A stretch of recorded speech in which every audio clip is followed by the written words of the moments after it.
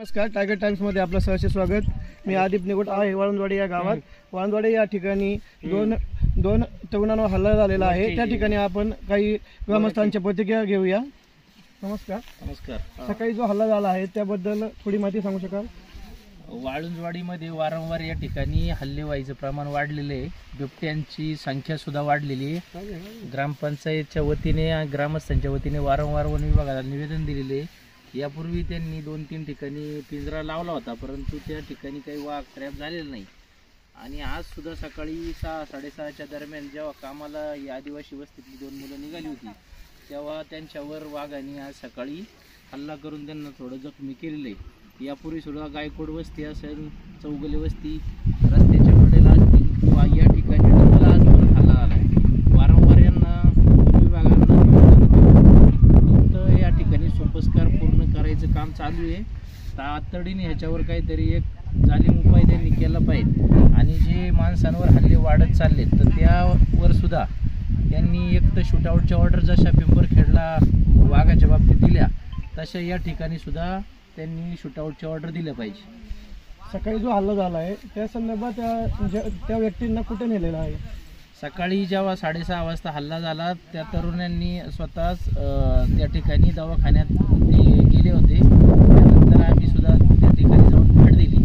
त्यानंतर SI साहेब असतील यांना फोन केला, वन विभागाच्या अधिकाऱ्यांना फोन केला।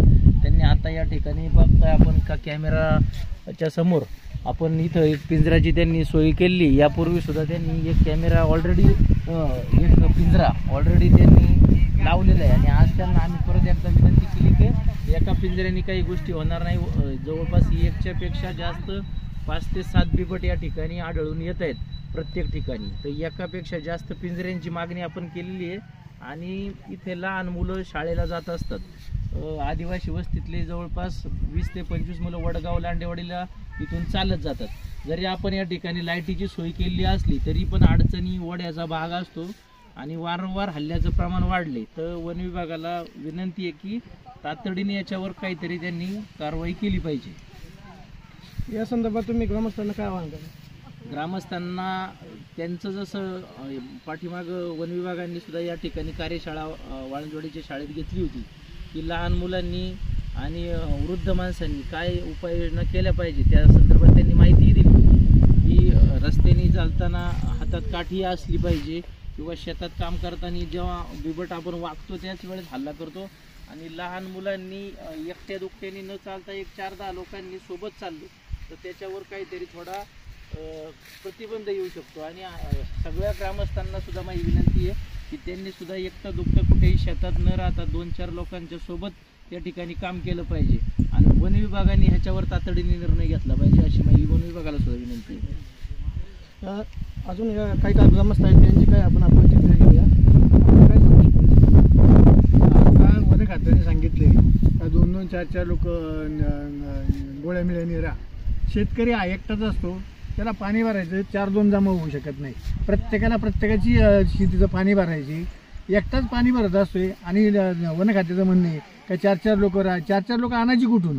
एका कुटुंबात 2 व्यक्ती आहेत, त्यांनी कुठून 4 माणसं आणायची? मोटर बंद करायला जायची, कशी काय बंद करायला जायची?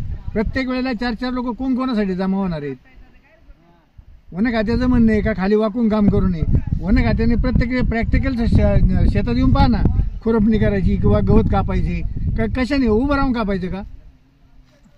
यांचे जे उपाय आहेत हे ठीक आहे, पण त्यापासून शेतकऱ्याला प्रॅक्टिकली पाहा ना तुम्ही। ज्या वेळेला शेतात बारं द्यायचे त्यावेळेला काय उभं राहून बारं देता येत नाही, खाली वाकूनच द्यावं लागत आहे। हे सांगतात मग फॉरेस्ट कुठलेही नियम सांगतात 4-2 काठ्या घेऊन जा, काठी घेऊन जर रात्रीचं गेलं जर पोलिसांनी अडवलं तर तू काठी काय घेऊन चालला म्हणजे त्याच्यावर गुन्हा दाखल होते। हे तुमचं म्हणणं झालं, पण शेतकऱ्याला काय अडचण या प्रत्येक स्पॉटला येऊन पाहा ना।